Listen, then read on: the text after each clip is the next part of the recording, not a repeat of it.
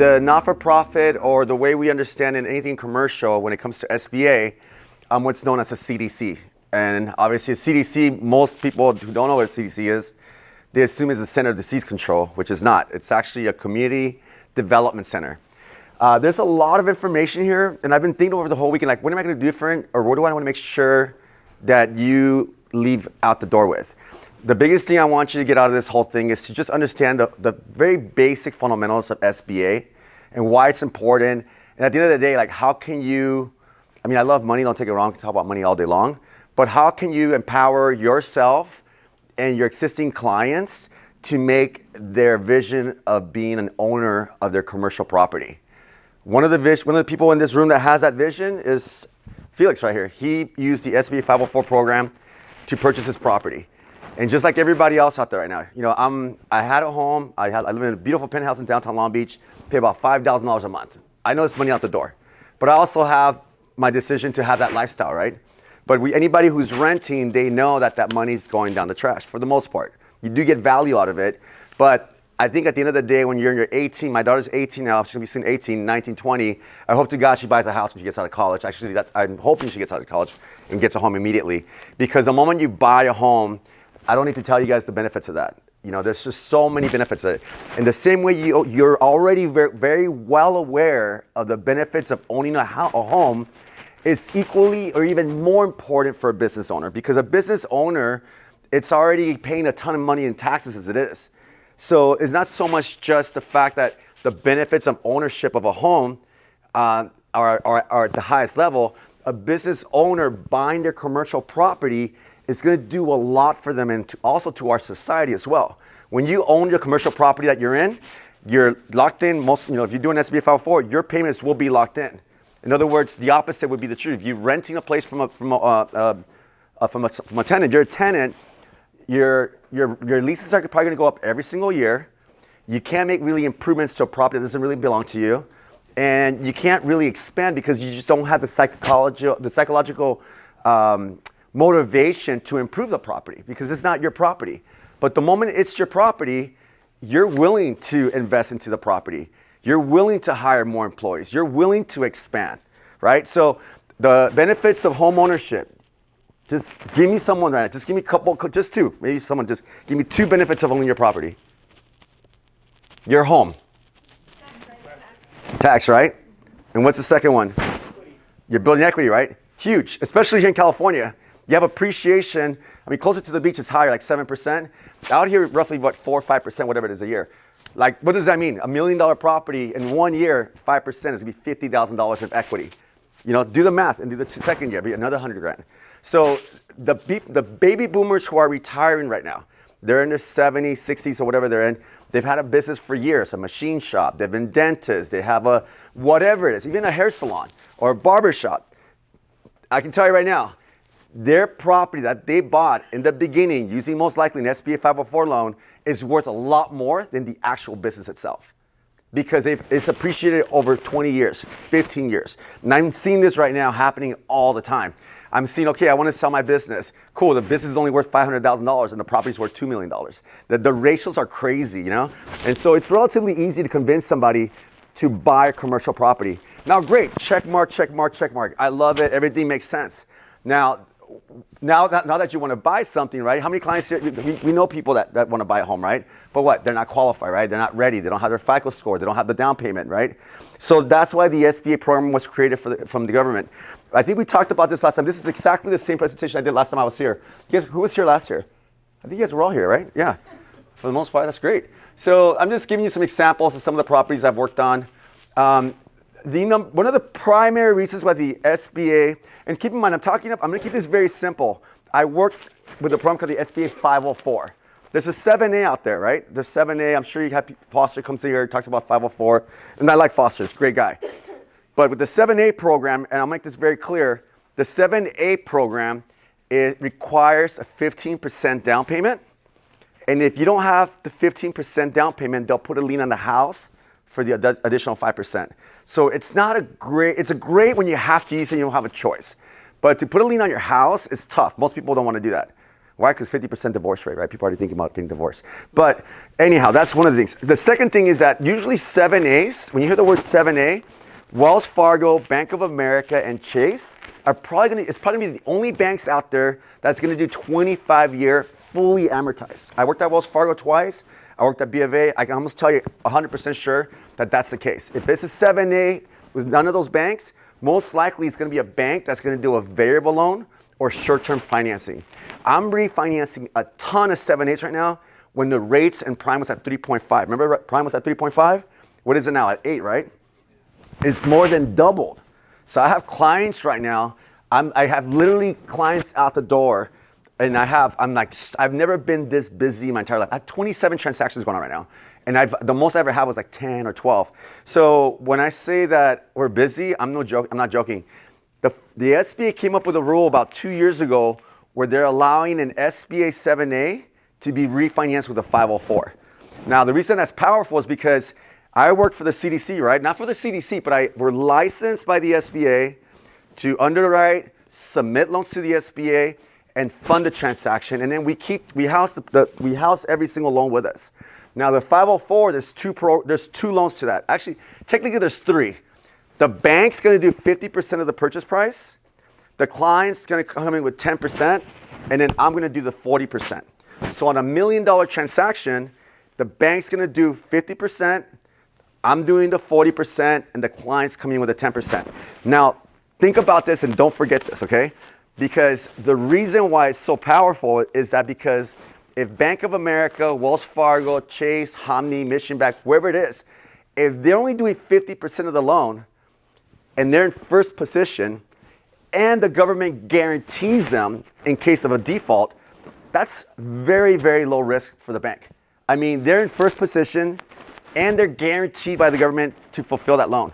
Now, the default rates with SBAs are very low, but this is one of the reasons. So it's not only the 10% down payment, because if there was no SBA, you go conventional, you're gonna have to put minimum 20%, 25%, or even 30%, right? And you have to show historical cash flow, which means that you have to show tax returns in the past to prove that you can do the loan in the future.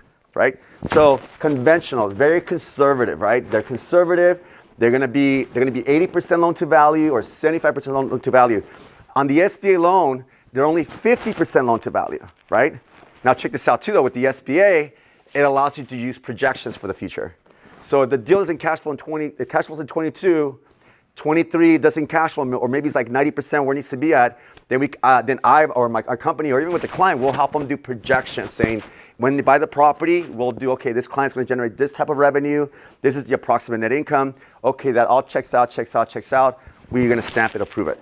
Now that's another reason. So number one, 10% down payment for SBA, right? 10% down, it's unheard of. Second thing is very low risk for the bank. The bank's gonna most likely approve it. A lot of times they kick the loan back to the SBA department and say, hey guys, we don't want to do this conventional. Go get an Edi Santos and do a 504 with them. We'll prove it that way, but we're not going to approve it this way, right? So, and then I think the third thing I would say, low down payment, easier to qualify. Oh, the third one is just the projections. Don't forget that. A lot of business owners this happens a lot. You have an office and you own it, and then you want to buy another office. And so the ability to do it's called an expansion loan. It allows the business owner to expand to another locations. I've done this with your client. Yeah, Lisette, she owns an insurance company, right? And now how many SBA loans does she have? Like 3, 4? I think she has 4 SBA loans. So she was renting all these properties, and instead of renewing the lease, she's like, once she did the first SBA loan, she was like, well, let me start doing all these, let me flip them all over. So now she's sitting there collecting equity, and over time when she retires, she's gonna be set. So those are the 3 things I want you to remember. Let me go back here to some basics here just to kind of put me back on thing. 25-year fix on my 40%. So remember the pizza, right? So I got 50%, 40%. My 40% is gonna be 25-year fix. Right now the rate's at 6.04. Last month it was at 5.76. It kept dropping 7 consecutive times, and something happened in the treasuries and it jumped up to 6.04, which is still a very good rate. But to a business owner to know that a big part of their loan is fixed for 25 years, they can rely on the fact that their rate's not going to go up. Now, the people who did 7A back in 4 years ago, I've got clients who their payment went almost double. So they are, I mean, they're struggling. I feel really bad for them because I don't think they were expecting to pay more than when they first came in, you know? And again, I don't want to talk bad. I'm not here to preach bad about 7A. 7A is a great program, and it helps you get the property, and then you can refinance it down the line. But a lot of times, but people don't understand the difference between a 7A loan and a 504. Okay, so number 2, easier to qualify. What's the CDC? We talked about this, right? Now, Certified Development Company. So again, as a CDC, there's only about 5 of us here in Southern California. I used to work for SoCal CDC. It was a smaller one, maybe about 6 employees. BSC is probably about 40, 50 employees where I work at. So I have a very robust office that can handle a lot of deals. Now, one thing about CDCs, not that we want to talk about my competition here, but imagine playing Battleship. Remember when you're a little kid playing Battleship? You have your little submarine. It takes how many hits to sink it? The submarine's the smallest piece. 2 pieces, right? And then you have the other battleship, and then you have the carrier. The carrier takes four hits, right? So we're kind of a aircraft carrier in the CDC world. And that's important for you to understand is because even though all CDCs have the same SOP, even though all CDCs have the same rate, and they have to follow the same rules, not every CDC is going to do the deal. Because if the deal's risky and they don't have a staff and the deal goes bad, it's going to pull resources from that CDC to go get that client back in shape. Our CDC, we're like an aircraft carrier. We have so many resources that if a deal goes bad or sideways, we got a staff that's going to go out there and get it back in order. We don't flinch. The second thing too is that like anywhere else, every real estate agent here is different. Some of you here for a very, very long time, you have a very depth of knowledge, and some of you are very new. Our staff we have commercial grade like investment bankers from New York that work for us. They are working on transactions where you have a business owner who owns this restaurant, who has 4 different affiliates, but he also owns all these other restaurants. So the complex of a deal where you have a sophisticated borrower, where there's got a lot of different things going on, we don't mind taking that deal in and undo the knot and do the deal. Other CDCs are like, we're too busy, this is too complicated, send it to Eddie. So I actually get a lot of referrals from other CDCs. As a matter of fact, that's what happened to me. My CDC said no to 2 deals at SoCal. And after the 3rd one, I told my coworker, Lisa, I'm like, Lisa, I go, Lisa, are you guys hiring? And she goes, you know, it's funny, Eddie, because my boss just told me that they need someone exactly for the South Bay and Long Beach, that area in LA. So she got me the job here. So now I went from this little CDC from the submarine to the carrier. So it's just, it's something that I want you to be aware of because look, do business with any CDC. I'm not talking bad about it, but I just want you to be aware of the caliber of our company. And like I said, there's only about 5 of us here in Southern California. Okay, so I think we talked about this already too. Long-term fixed financing. We can also do equipment too. It happens a lot. Not a lot, but it happens. I'm doing a Francisco's Meat Market, I think I'm doing. It's about $8 million transaction. They're doing walk-in freezers. Those things are expensive, $2 to $3 million. Sometimes you buy a client who buys the shop and they have lifts and stuff for the vehicles. You can add that into it.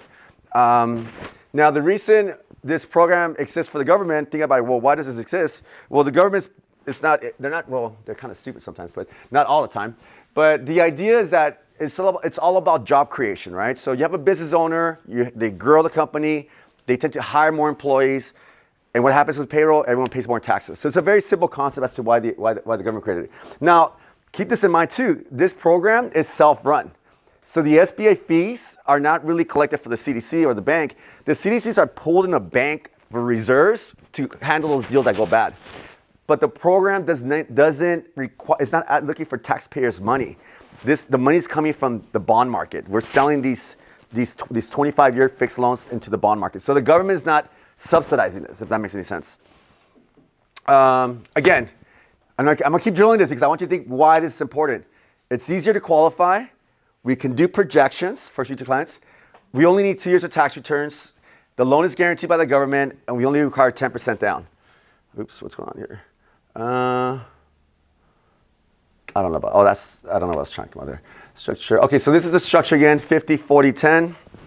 Remember the primary bank is gonna do 25-year fix. Now, the other thing that I want you to know too is that when the client comes to you and they say, the first question I say, who are you banking with?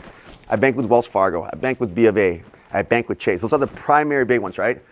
Great. I'm cool with it. I'm gonna say, hey, let me work with your bank. I can almost tell you with about 85% possibility that I'm gonna know who the SBA officer is in those three major banks. Now, I know a lot of bankers. I'm not a loan broker, but I deal with so many banks that I know exactly who the people are within the bank that I'll be end up working with. So if the client's banking with B of A and the client has great credit, then let's stick with B of A. I'll call Peter Drake, or I'll call James, or I'll call Brian. I can help, instead of the client going to the branch, like I'm gonna go to the branch and talk to them about my SBA loan, the guy at the branch is not gonna know much. He's gonna send it to another BDO, a general infantry guy, but that infantry guy's gotta send it to the sniper, because the sniper's the one who's gonna do the job. So I can cut all that red tape and say, let me just grab this guy from the beginning so we don't waste any time. Because when you open escrow, you gotta move fast, especially on commercial. The seller's agents can be kind of rough, they'll just cut throat. So once again, this is like an example of some of the banks I work with. Remember, it's low risk. I keep saying that. And then the rates, well, back then, rates were at 11% when I did this presentation last year. And so now they're about 5.75. That's where B of A is at right now, roughly about 5.75. Well, with B of A, Wells Fargo, and Chase, they offer 25-year fix on the first. Everybody else, maybe if you're lucky, a 5 or 10-year. Usually, if you have a higher credit quality, then the bank wants to do a longer-term loan with you. If you have marginal credit, and when I talk credit, I'm not talking about FICO score. I'm talking about cash flow. It's like, can you prove that you have cash flow with a cushion? So that's going to give them a shorter leash, right? They don't want to do a whole 10 years for someone that they don't really think they can pull it off. What's going on here? Oops. Okay. Again, so just give you guys a little bit of an idea of we talk about 25-year fixed money, 3, 5, 7, 10 versus 25-year fixed. Now you see here, I didn't put B of A or Wells Fargo or US Bank in here, right? Because they're here with me. They'll do the 25-year fixed. And sometimes it's a great product for the client, but sometimes it's not. Maybe the client doesn't want a 25-year fixed money. They want to do maybe just a 10 because they're going to retire in 10 years. So they'd rather get a better rate and not do the 25. Who is that guy? I don't know who that guy is. Fast technology. Sales rate 6 point. So yeah, this is the rate 6.32. That's actually not too bad then. Oh, these are my competitors. And by the way, I'm friends with them. Like not everybody's friends, especially in this world. Like they're all like, oh, these are my clients. But Ampac, I can name people. John Rockwell. I mean, I play really well with my competition. But it can be kind of one of those things where, I don't know. Did you guys in residential? You guys have competition? Like, oh, like these are. I don't know if you guys do that, but I don't know why I brought that up. But so that's SoCal. That's where I used to work at. Now I'm at BFC. So again, just kind of showing you we're all locked in with the same rate. Over here, again, it varies depending on the client. Now, I really sincerely mean this. I mean, I want. So on your side, 6.2, that doesn't matter on the credit, or that does matter? If we get them approved, they're all going to get the same rate. Okay. Over here, the banks, they're going to be all different. Thank you. They can vary, right? The B of A, Wells Fargo, I'm telling you, no one's going to be B of A in general. I've worked there for 5 years. I know exactly how they think. If the deal's good, but the things can not be, B of A is not going to approve 100% of the deals. I think B of A is going to approve maybe 20% of the deals, maybe 30% of the deals. Obviously, with 11%, anyone's going to approve at 11%, right? But you're trying to find a good mix for the client. I have a base salary, 6 figures, and for every $1 million that I fund, I get paid 50 basis points, just to give you an idea. So to me, it's like, okay, cool, I'm not trying to get rich with one deal. I'm about volume. But I'm always trying to help the client out. Because sometimes my clients come to me like, oh, I'm working with this bank. And I look at their financials, I'm like, dude, you're paying 9% for that deal? Like, not to be rude, not to disrespect the other guy, but I'm like, dude, you're a Wells Fargo client, you're a B of A client. Like, why? I can get you a proposal just to help you out, right? But I also have to be careful too, because sometimes referrals come from those other people too. So it's a weird place to be put on, but it does happen all the time. Okay, so now we're gonna focus on commercial property types because it's really important. General purpose, right? General purpose is anything that can be easily converted into an office, from an office to whatever. It doesn't require much money to convert it. So warehouses, office, dental office. Now dental office can be tricky, but in general, these are just properties where it's easy for them to be resold. There's a market for them. These are the ones that require 10% down, by the way. So when you hear all SBAs are 10% down, that's not true.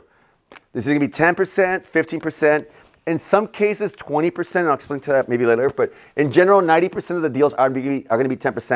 But there's going to be 10% of the deals that are not going to be 10%. They require 15, which is not a huge deal, but it can be a big deal for the client. The client may not have the extra 5%. But obviously, winery, gas stations, hospitals, motels, hotels, assisted living, these are more specialized types of properties. So the SBA is going to require 15% down for these. Oops. Let's see more. Okay, so again, just a little pitch about what we talked about earlier. If you walk around any here, especially in this strip mall, there's a lot of different companies here, right? But very simple. He's a business owner. If you walk next door, there's gonna be a business owner. You go to the taqueria, it's a business owner. Wherever you're doing business with, there's a business owner there somewhere.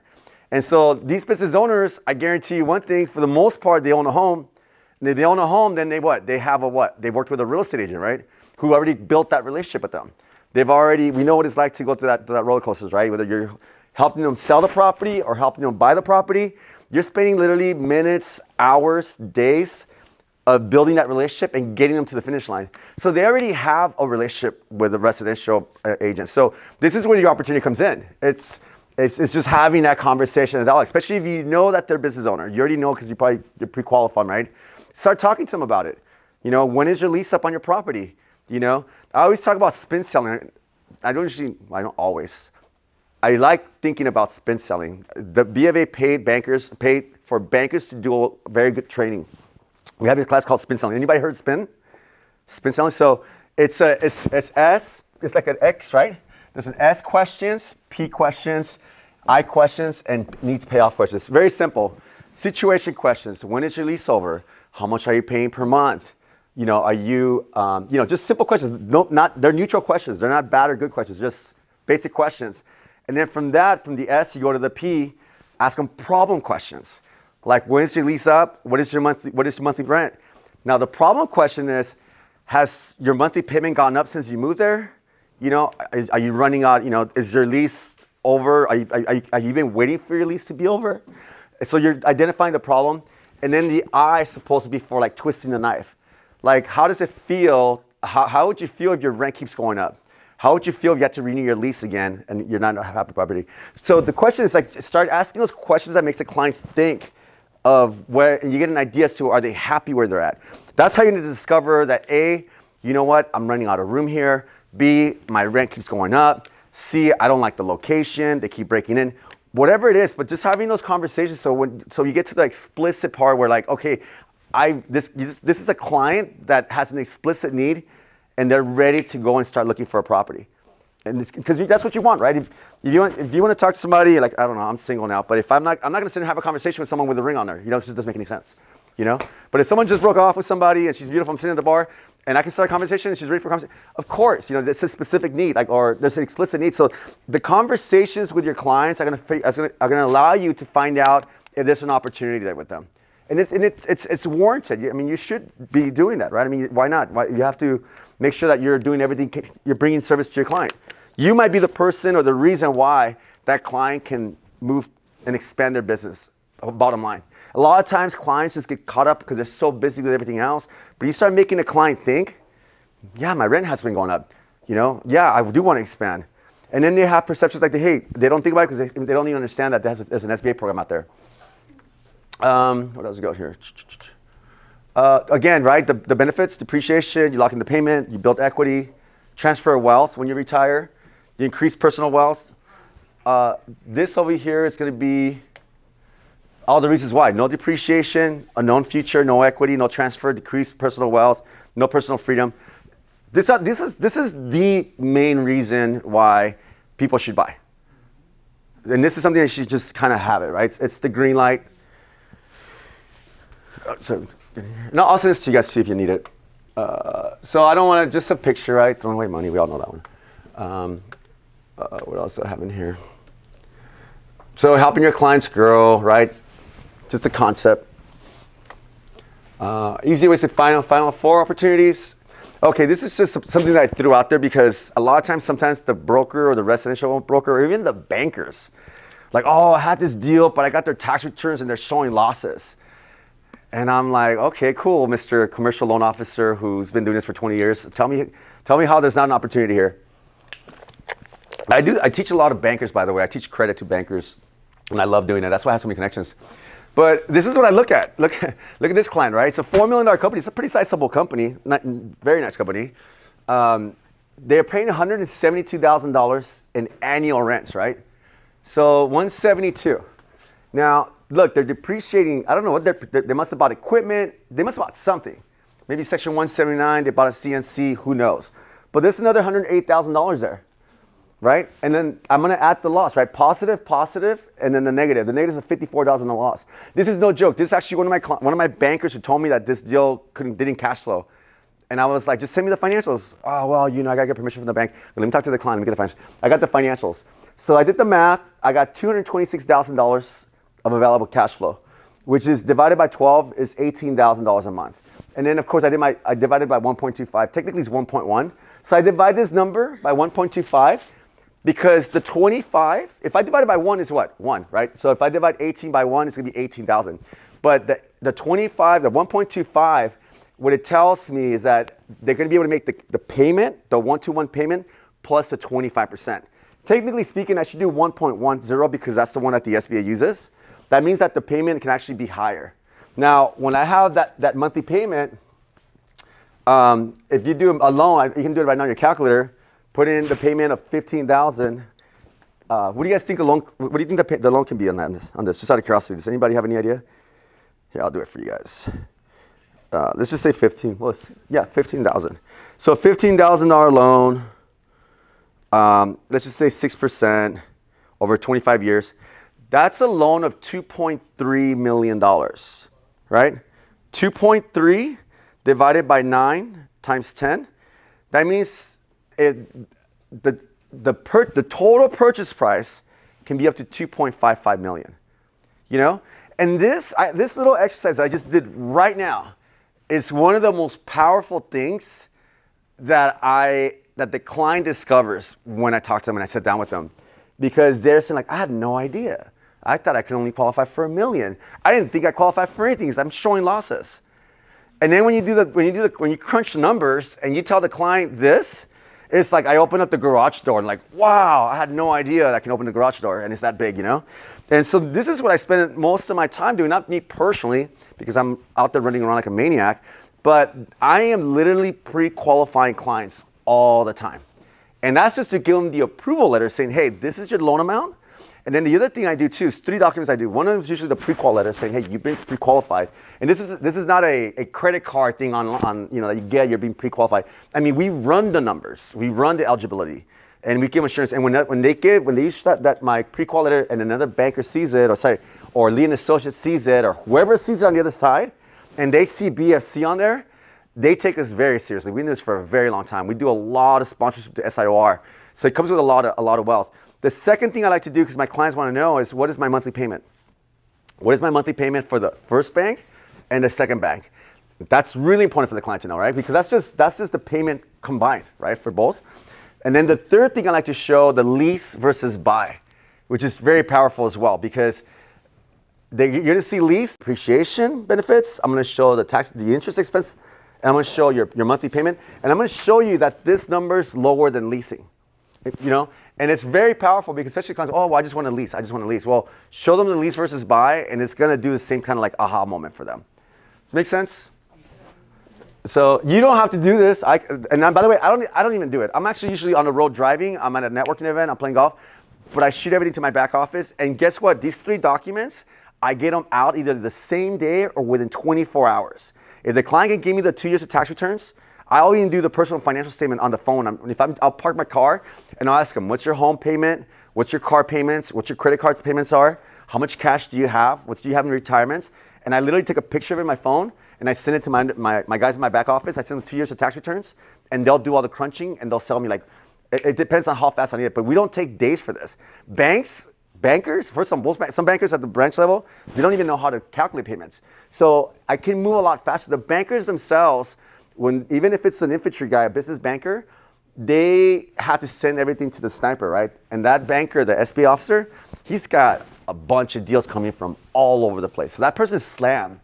So for them to get that paperwork and like, oh, well, they get really busy. So they love calling me because they know I'm going to provide the client immediately what they want to see, which is very empowering. Oh, I just did the backwards calculation here. So that's what I was showing you earlier, right? Back then the rate was a little bit lower, but 300 months is roughly at 2.5. So that's the loan amount because the rate's a little bit lower, right? So, but it gives you an idea, 2.869. Okay, oh wait, not really. That was pretty cute. Okay, slow process. Okay, so processes. I like helping residential people, especially when it's their first deal. They get excited, but it can be a little nerve-wracking, right? Obviously, someone like Lisette's been doing it for a while. Like hers, like no big deal. She's like, let's just do another piece. It's not that complicated. It's not that complicated, but it is. I can see it in their eyes almost like, oh, especially if it's a larger deal, like a $4 million deal, right? I don't know what to do. I can help you through that process. You open escrow. Two things are probably unusual. You have to order the appraisal and the environmental. Both reports take about 2.5 weeks, around $2,500 each report. So 2,500? 20, yeah, depends on the property, but it can be up to $3,000 or $2,500, $3,500. That's usually the range. But right now it's roughly around $5,000, $6,000 grand. And it's important we order those right away because we have 2.5 weeks. The underwriting process is, our underwriting process, if I have everything on Monday from the client, and they open up escrow on Monday, I can get that loan submitted to the SBA probably by Wednesday or Thursday. And then the SBA right now is taking about 3 business days. So if I submit it Wednesday, by the next Wednesday, I have the approval. Not only do I have the approval, our credit memo is about 20 pages long. And I print out the PDF and I send it to my banker. Not this banker infantry guy. I send it to the SBA sniper from that bank. And he's just like, oh, this is awesome. Eddie just did all, no, I didn't do it, my back office did it. But they're just like, this is Eddie, everything's already on there. How's it qualify? Am I out of time? Anyhow, that's pretty much it. I mean, that's. I don't know why I put this back in the day. I guess it's my daughters, crazy daughters. They're older now. God, they look so much younger there. Yeah, my daughter's at Cal State Northridge. They went 16, but they're very sassy. Yeah, that's it. And these are my clients. And this is something that, my drill instructor said something to us right before he dismissed us. He was like, you guys are gonna go out there. You're gonna do your thing. You guys are badasses. You're gonna be, some of you are gonna go to war.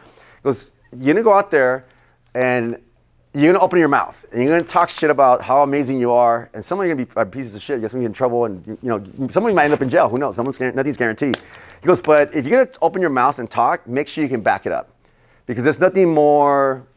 It's almost like you don't want hypocritical people, you don't want dishonest people in your life, but also you don't like seeing people who talk about themselves and can't back it up. I'm telling you right now, everything I tell you, it's all backed up. You can go to my. Basically, it's like a 5 Yelp in my LinkedIn. I've got about 17,000 followers. I tell you, I ran 22 marathons. I got my MBA. I was washing windshields in South Central. My mom was 15 years old when she had me. I met my dad when I was 21. I found him online. I have Saddam Hussein's statue literally in my living room when my friends were all talking shit to me in Iraq. There's no way I'm bringing it home. So I am an oddball. I am unusual, but I do have a good heart. And I'm here to help each one of you guys. I love money. Like I said, money's great, but I don't focus on that, because the money will come. But, if you focus on trying to help your client out, you focus on getting the resources to them, and just say, hey, you need to talk to Eddie. It almost reminds me when you guys do multi-level marketing. Like, oh, just get on the call at 6 p.m. I don't know how to explain it to you, but it's so much cool, and this guy knows everything. Just get on the call. Just get on the call, right? I went through that when I was 21, trying to sell calling cards or something. They're always something different. But it is kind of like that thing, Like, you don't need to be. I don't want to replicate me being you, and I don't want to be anybody else. I'm really good at what I do. You're really good at what you do. All you got to do is just, bring the horse closer to the water, or something like that. I think that's the same, So just, getting me involved right away. The people who are successful are the ones who do get on the phone. The conversation comes up. I always tell them, text me and text your client and say, hey, this is Edi Santos, or Eddie, I want you to meet so-and-so. Can you guys connect? Email, you can do that too, but it's less effective, but it works, right? And 3 is like, oh, call my friend Eddie, this is his number, because they're not gonna call me, they're gonna be busy, right? But if you tell me, hey, Eddie, this is their number, call them, I will call them. That's just the way it works. Question? Yes. On your 7A refinances that you're doing for 504s, is it just one loan that you're doing?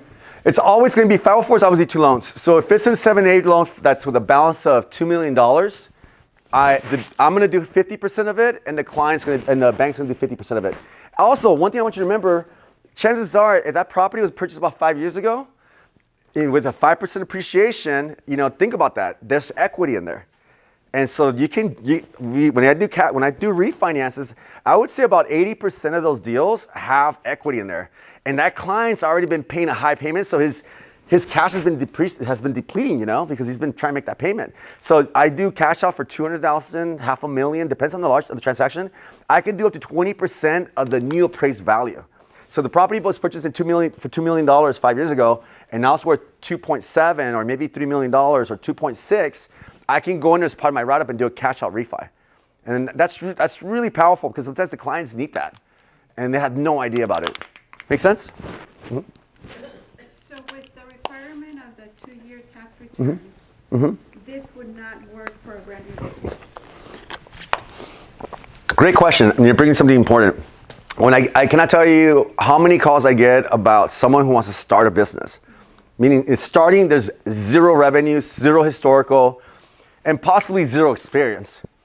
The SBA is cool with doing startups to buy the building, but if you're gonna start a new business with, maybe a gym, I get gym calls a lot, but no, they have no historical cash flow. They don't own anything. Now, if they have a lot of experience and they have projections and the person's strong as an individual, they have a home, they have a good FICO score, and they're gonna put maybe 10, 20% down because it's gonna require a little bit more dependent, then we can do projection based for a startup, right? Because that's technically a startup. Now, this is a little technical here. Right now I have a mother from Sri Lanka, a mother and a father. They're 50-50 on the corporation of a daycare in San Pedro. And they're buying a property, and the daughter now is gonna be part of the ownership, 35, 35, and 30, but because she's new to the corporation, it's considered a startup, so we need projections. But I'm being honest, I would say in general, startup loans with no cash flow, no nothing, it's gonna be an uphill battle. And obviously, most people need to kind of rent something first, right? You don't go from you rent something, you generate your cash flow for 2 years, then you can say, hey, look, these are my historical 2 years cash flow, the owner wants to sell me the property, right to first refusal. That makes a lot of sense. Make sense? That makes sense? Thank you. Go for it. ¿Y hablas español? 100%, oh, sí, algo así, 100%. Mira, a veces me quedo atorado, pero sí lo hablo bien. ¿Qué pasa? Eso me ayuda mucho para la mayoría de los clientes que tengo aquí en Los Ángeles. Es una ventaja muy grande porque la gente latina se siente confortable con gente que habla español. Simplemente. Y no siempre, pero simplemente. Y tratar de enseñarle a un cliente y explicarle el proceso y sentarme con ellos y poder saber los detalles. La mayoría de la gente que yo conozco, cuando yo me siento con ellos y les explico el programa, si yo digo firma aquí, firma aquí, firma aquí, ni siquiera lo leen. Ellos lo más lo firman, ¿me entiendes? Pero eso es muy importante que saber porque a veces hay gente tampoco que no es buena, Y es más, yo conozco gente que tienen el 7A, que se metieron en un lío y me dice el cliente, ahorita me dice, Eddie, yo no sabía que esto iba a pasar. Yo no sabía que era variable, Y me da mucha lástima y me da un poquito de coraje, pero, a veces pasan las cosas. Do I speak Spanish? Did I pass? ¿Qué preguntas tienen? No, de veras, pregúntenme lo que quieran, porque no voy a estar aquí. Me pueden llamar después, pero la pregunta que me preguntan aquí es la que no me quieres. Maybe you don't have the courage or you're shy, but someone else can learn something. What do you think, Felix?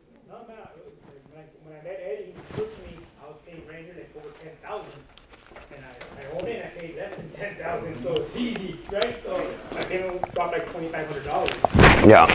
So, your barber, people that you get a haircut, you're seeing people that have business that are renting, come about it, because I always give Eddie's information to my guy, my barber for now, he wants to buy a building. He's been renting all his life. If Yeah. he's going for sale, where he's at, I said, rent out these streets, no cover your mortgage. Exactly. My client had You're four this insurance- plan with Eddie, three of Yeah, them he had already? insurance company and taxes. So what we did is we started to look for a place around the neighborhood where she had the current one. And we started with one in Whittier, then we started another one in Hacienda, another one in Hacienda. She's got four now. Yeah. And then she's paying less than what she was paying, plus she's renting part of the stuff. Yeah, she can rent up to 49%. So think about You that. can't change Eddie.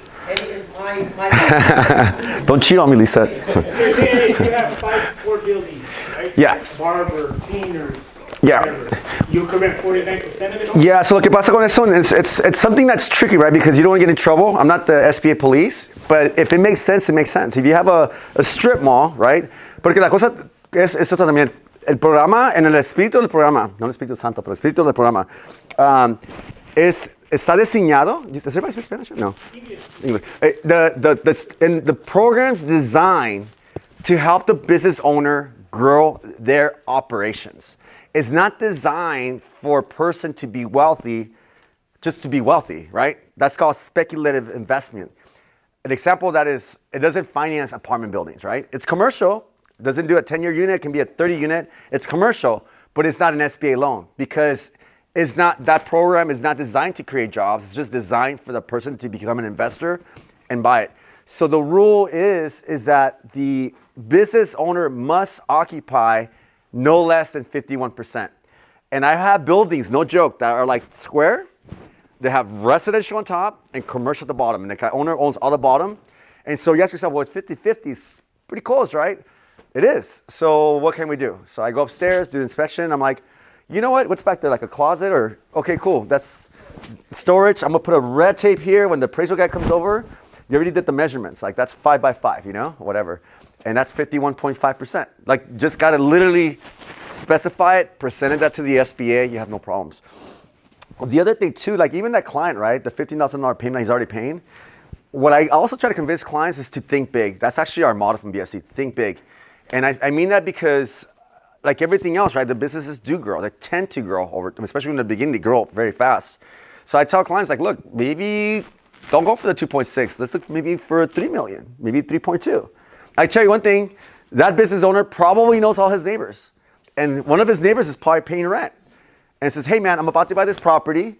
Why don't you fucking move in? Excuse my language. Why don't you move in? This is the Marine Corps coming out of me. Why don't you move in, pay me $35 a month. And that $35 a month is enough to make the difference on that bigger purchase, right? And now as he's growing, maybe this guy wants to do his own SBA loan and he needs the space and now he keeps growing into that space. So think about that a lot too. So I always try to tell clients, think bigger. Oh, I don't want to go more than $2 million. I don't want to go more than $1 million. And by the way, I do small deals, 800,000. To me, that's a small, you know, my world's small. But I don't care about the size of the deal. I'm going to treat it equally the same. One of my friends, remember the Enriquez? Yeah, what happened with them? And Erica? Yep. Oh, that's right. I don't care. Just send them over to me. A lot of clients won't, a lot of bankers won't do that. Another question, are there properties you guys stay away from, like say junkyards or contaminated soil? It's not that we stay away from them, is that they need to come back with a clean report.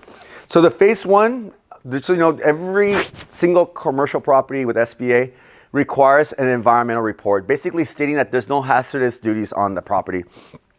Sometimes the report comes back because they look historically, hey, this was a gas station. I'm like, I had no idea it was a gas station. And so they have to do two things. They have to test the wall, they have to test it. And number two, they got to verify if the tank's still there or not. So they got to go home and do a little vacuum cleaner with the radar, just to make sure it's not there. And if this is no further action, then you're good to go.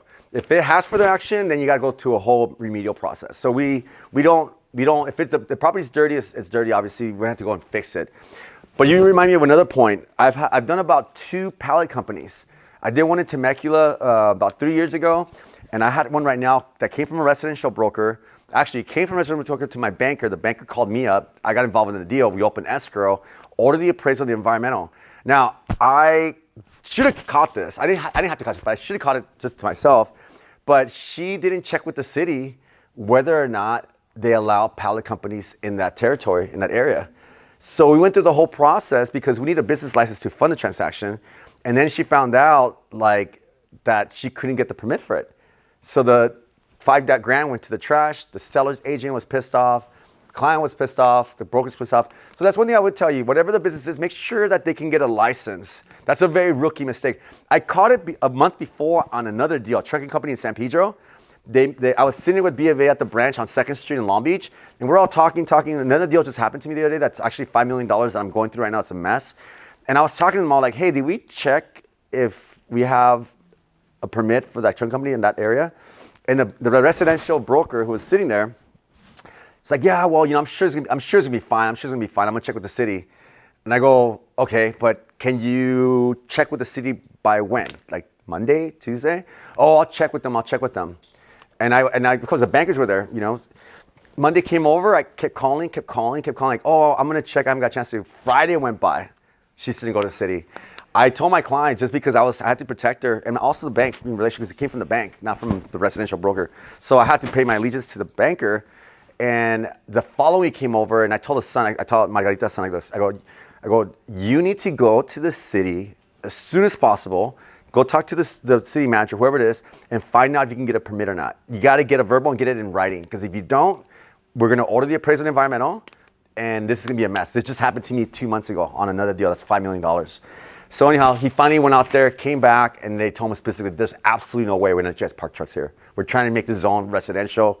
So then, of course, I was the bad guy, right? The banker got pissed off at me, and the residential broker got pissed off at me, and saying, you just screwed up the deal, Eddie.